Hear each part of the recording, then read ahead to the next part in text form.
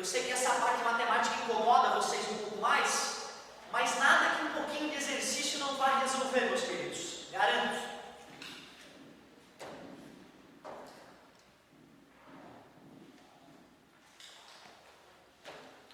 Pô, cara, eu evito colocar fórmulas do além na frente do aluno, né? Sempre que eu posso, eu gosto de deduzir as equações. O fato de deduzir as equações não ajuda todo mundo, né? Ajuda às vezes os alunos, outros podem complicar, podem, meu Deus, eu quero ficar confuso na dedução e ficar chateado.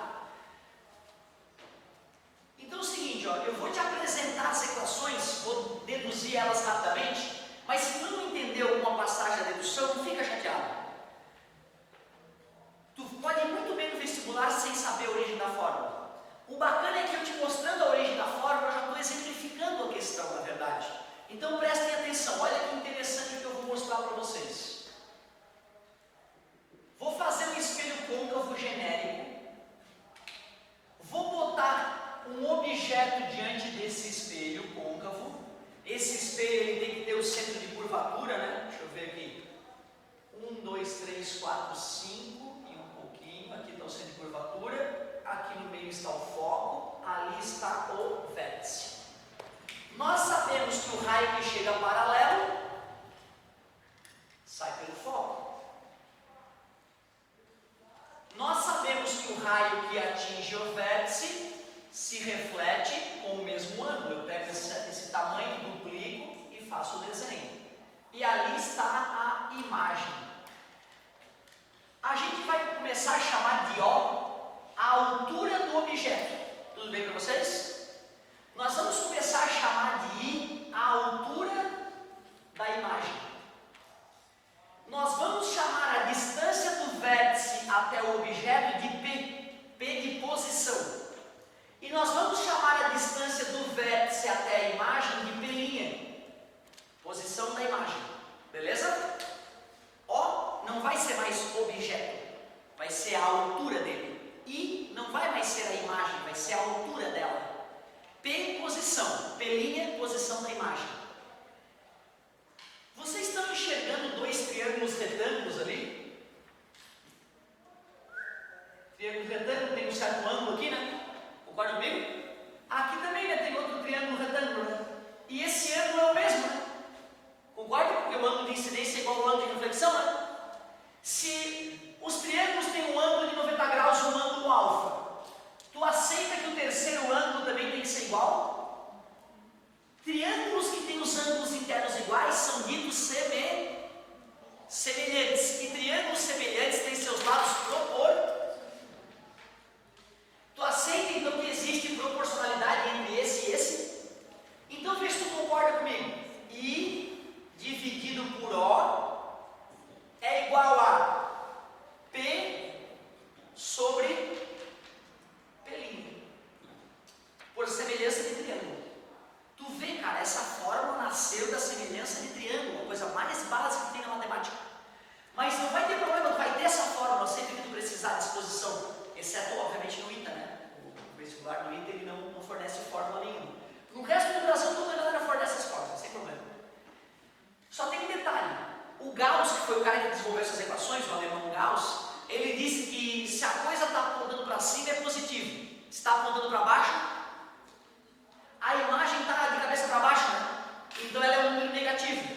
Esse número é um número negativo, porque está virado para baixo. Esse é um número positivo. Um número negativo dividido por um positivo dá um resultado negativo, né? E essas distâncias P e P' são ambas positivas. Para eu poder fazer essa igualdade, eu vou ter que botar um menos ali. A fórmula final fica assim, ó. A é igual a I sobre O, que é igual a menos P'. Tu vê, cara, vocês vão reclamar, olha só. I sobre O é P' sobre P, né? Concorda comigo? I dividido por O é igual a P' sobre P. Eu escrevi o contrário aqui, ó. É P' sobre P. Eu só detectei meu erro porque eu já tinha a fórmula decorada na minha mente, ó. Tu vê que viagem. Eu deveria ter feito o seguinte, ó. Eu deveria ter pegado os triângulos e ter redesenhado os triângulos para vocês, ó. O e P. O outro triângulo que era igualzinho, tinha o mesmo ângulo e pelinha. Eu posso, né, desenhar virado para cima, certo? O triângulo. Esse cara dividido por esse tem que ser igual a esse dividido por esse, né? Para fazer sentido, né? Eu escrevi que esse dividido por esse era igual a esse dividido por esse. Eu inverti a ordem da divisão. Agora já consertei a cagada que eu fiz.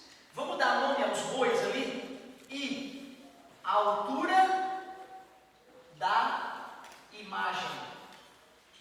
O, a altura do objeto. P, posição do objeto. E P', posição da imagem. Pergunta, vai. Não tem ninguém aí para saber o nome? O A, né? Esse A, ele tem vários nomes. Esse A, ele pode ser chamado de ampliação. Vê se tu concorda comigo. Eu estou dividindo o tamanho da imagem com o tamanho do objeto. Se a imagem é o triplo do objeto, eu faço essa divisão da 3, né? Quer dizer que eu ampliei 3 vezes. Se a imagem dá 1 metro, o objeto dá 2, 1 sobre 2 dá 0,5, indicando que foi uma redução, né? Caiu pela metade o tamanho da imagem comparado com o objeto. Então a relação I sobre O a gente chama de ampliação. Mas tem outros nomes também. Aumento linear. Ou ainda aumento transversal. Eu cito os 3 nomes porque se ele te pergunta com um nome que tu não conhece, né, tu fica de mãos atadas, tu não sabe, meu Deus, esse nome eu nunca vi na vida, não é popular, nem sei o que é. O mais legal, cara, é que essa fórmula funciona para espelho plano. Ela é idiota para espelho plano, mas ela funciona para espelho plano. E digo mais, ela funciona para lentes esféricas. Essa fórmula vai nos acompanhar durante toda a ótica. Ela sempre vai poder ser usada. Como assim, professor, espelho plano? Ué, quando a gente estava dentro do espelho plano, nós não discutimos que o tamanho do objeto era igual ao tamanho da imagem? É, né? Então, quanto é que vai dar aqui dividido por O? 1, né? Isso é igual a menos P' sobre P. Está dividindo, passa multiplicando. Nós não discutimos que essa distância é igual a essa? Discutimos, né? E foi que a fórmula me fez concluir, ó, que o P é igual a menos P'. Por que aquele menos ali? Mais uma vez é obra do Gauss. O Gauss disse que as grandezas que estavam do lado da luz, positivo. As grandezas que estavam atrás do espelho, na parte da escuridão, negativo. Podes até pensar, né? Se é luz, positivo. Se é as trevas, se é escuridão, negativo. Então, ó, P igual a menos P'. Inclusive para espelho plano funciona. A gente nunca vai usar ela em espelho plano porque não tem necessidade, mas ela funcionaria para espelho plano. Então a primeira equaçãozinha dos espelhos das lentes da ótica foi montada aí. Eu cheguei a comentar contigo câmera escura, não, né? Não falei para ti da câmera escura, né? Não te expliquei que agora no fundo da tua retina tem um mini Otávio de cabeça para baixo estampado, como se fosse um mini cineminha dentro do globo ocular. E tu me enxerga assim grandão por artimanhas do teu cérebro. Agora tem um Otávio estampado de cabeça para baixo dentro do teu globo ocular. Um mini cineminha. Lá dentro.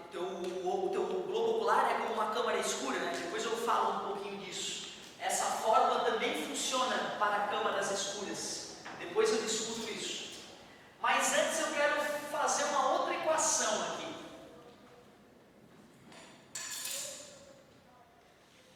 Deixa eu dar uma olhada. Deixa eu ver como é que eu posso fazer uma nova semelhança de triângulos ali.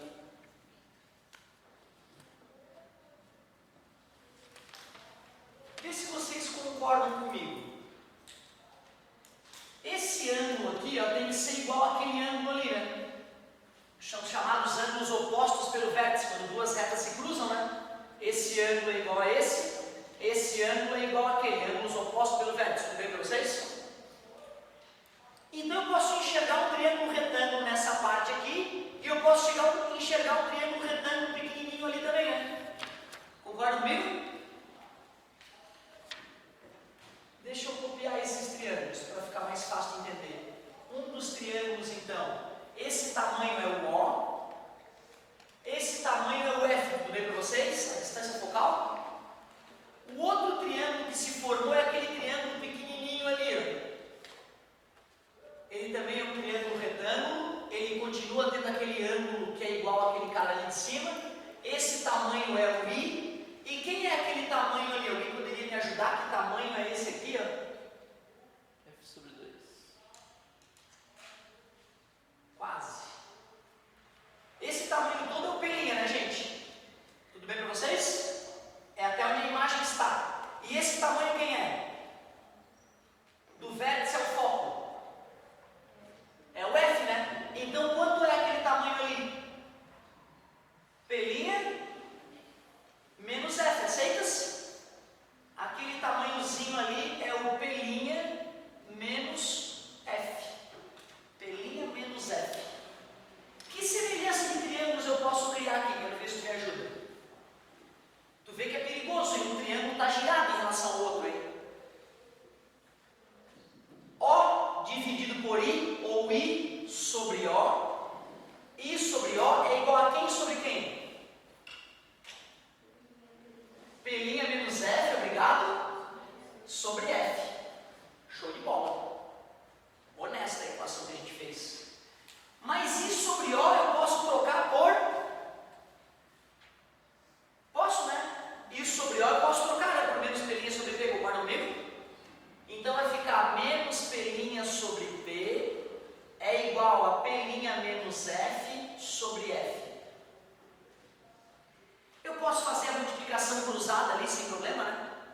Vamos ver o que vai acontecer fazendo a multiplicação cruzada. Passa multiplicando, menos P' vezes F é igual, multiplicando, cuidado com a propriedade distributiva, hein? Menos P' vezes F é igual, distributiva, P vezes P' menos P vezes F. E vou jogar essa aqui para lá e essa para cá, para tirar os sinais negativos. P vezes F, somei P vezes F em ambos os lados. E somei P' vezes F em ambos os lados. Se tu curte decorar, não tem problema. Agora que a gente já está consciente, né? Menos passa mais. E para deixar a equação bonita, eu vou dividir todos os termos por P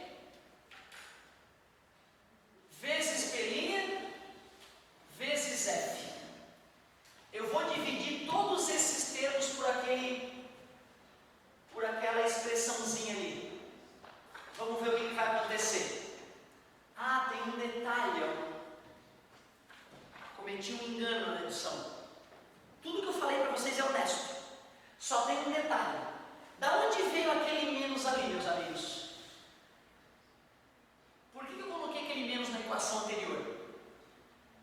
Porque um cara chamado Gauss disse que para cima é mais, para baixo é. Aquele menos não veio da geometria, né? Ele veio da cabeça do Gauss, concorda comigo?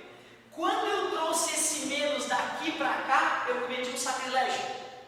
Concorda comigo? Esse menos era da cabeça do Gauss, eu não poderia ter colocado ele aí, porque eu estou fazendo uma análise geométrica apenas. Eu não coloquei referencial nenhuma na conta. Então tu vê que sutil, ó. Aquele menos ali eu quero voltar atrás, eu não quero aquele menos ali. Eu não quero aquele menos ali. Então eu vou fazer o que com essa minha equação? Eu vou só pegar esse cara que está negativo, vou passar para lá, positivo. Olha que perigo, cara. Até o professor se confunde na hora de deduzir. P' vezes F mais P vezes F é igual a P vezes P'. Agora sim, agora o último passo da dedução. Vou dividir todos os membros da equação por P vezes P' vezes F. Tu aceita que eu posso dividir o lado esquerdo e o lado direito por isso? E a igualdade continua? Quando eu for fazer todos os termos divididos por P vezes P' vezes F, olha que bonita que a equação vai ficar. P' corta com P', F corta com F, sobra 1 sobre P. P corta com P, F corta com F, fica 1 sobre P'. P corta com P, P' corta com P', sobra 1 sobre... Uau! Equação dos pontos conjugados de Gauss, é o nome dela.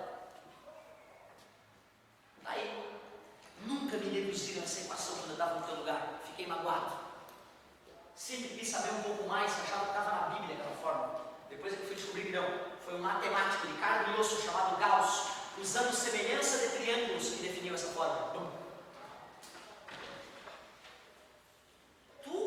Cara, o dia que tu aprender a deduzir as equações, tu não tem nem mais que te preocupar com o vestibular.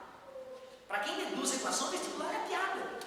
Estou te falando isso para te mostrar que tu não é obrigado a ficar em casa deduzindo. Tu vai ser engenheiro, tu vai ser físico ou matemático, se tu quer dar aula de física no futuro, se tu quiser participar de Olimpíada de Física. Tem muitos engenheiros, a maioria deles, que não se deu ao trabalho de fazer isso no ensino médio. E mesmo assim é um engenheiro razoável. Não vai ser um engenheiro de calcular as coisas e tal, né? Vai ser mais da área administrativa, como acontece no Brasil, mas não tem problema algum. Eu estou te mostrando o que há de mais nobre na parte da física ótica, que é a dedução da equação. Porque o ITA gosta disso, tá? O vestibular do ITA ele fala lá, deduz a equação dos pontos conjugados de Gauss. Essa é a questão. A questão é fazer isso que eu estou na tua frente. Então tu vê, eu estou fazendo isso porque tem vestibular que cobra isso.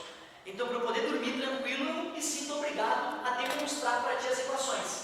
Mas fica tranquilo, se tu é um sujeito das humanas, eu vou te ensinar só a usar essas equações e tu vai arrebentar a ponta do balão. Pode ficar tranquilo, vai funcionar igual.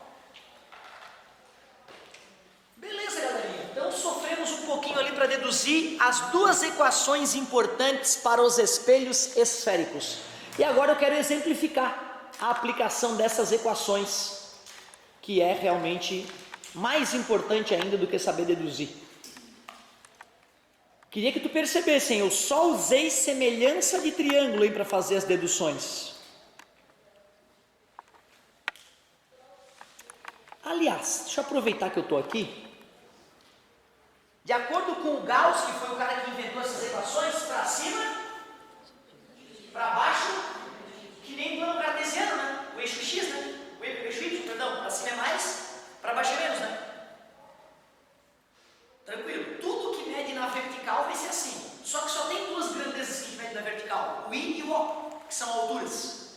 P, P' e F são grandezas medidas na horizontal. Tudo bem para vocês? P, P' e F são todos medidos na horizontal. Então vamos falar aqui do lado da luz, nas trevas, pronto. Assim a gente abraçou todas as regras de sinais para os espelhos esféricos. Se tu for olhar num livro de ótica, tu vai ver que tem um monte de regra, tem uma página toda que é só a regra de sinal. Eu acho uma doença tu ficar gastando muita energia com isso. É muito melhor tu pensar aqui para cima, para baixo, nas trevas e na luz. As coisas que medem na horizontal é que tu pode usar a regrinha, tá? Luz positivo, trevas negativo. A distância focal. A distância focal de que espelho está nas trevas? Isso aqui é distância focal, não é? Distância focal tem luz por aqui, não tem? Tudo bem para vocês? Para o espelho côncavo, a distância focal será sempre o número positivo. Mas dá uma olhada na distância focal do espelho convexo. Tem luz aqui no fundo do espelho? Não, né? A luz está na parte da frente, né? O que eu posso afirmar sobre a distância focal do espelho convexo? Negativo. E o vestibular não vai seguir dividindo contigo. Um espelho convexo de distância focal menos 5. Não. Um espelho convexo com raio de curvatura 10. Tu é que tem que saber que a distância focal é 5 e por ser convexo, menos 5. Então só isso já tira um monte de gente na jogada. Então cuidado com a regra de sinais. Eu acho que essa mnemotécnica, para cima é mais, para baixo é menos, luz positivo, trevas negativo, é uma boa maneira de a gente decorar as regras de sinais do Gauss, o alemão que desenvolveu essas equações. Então tá, agora eu vou fazer uns exemplos para vocês aí.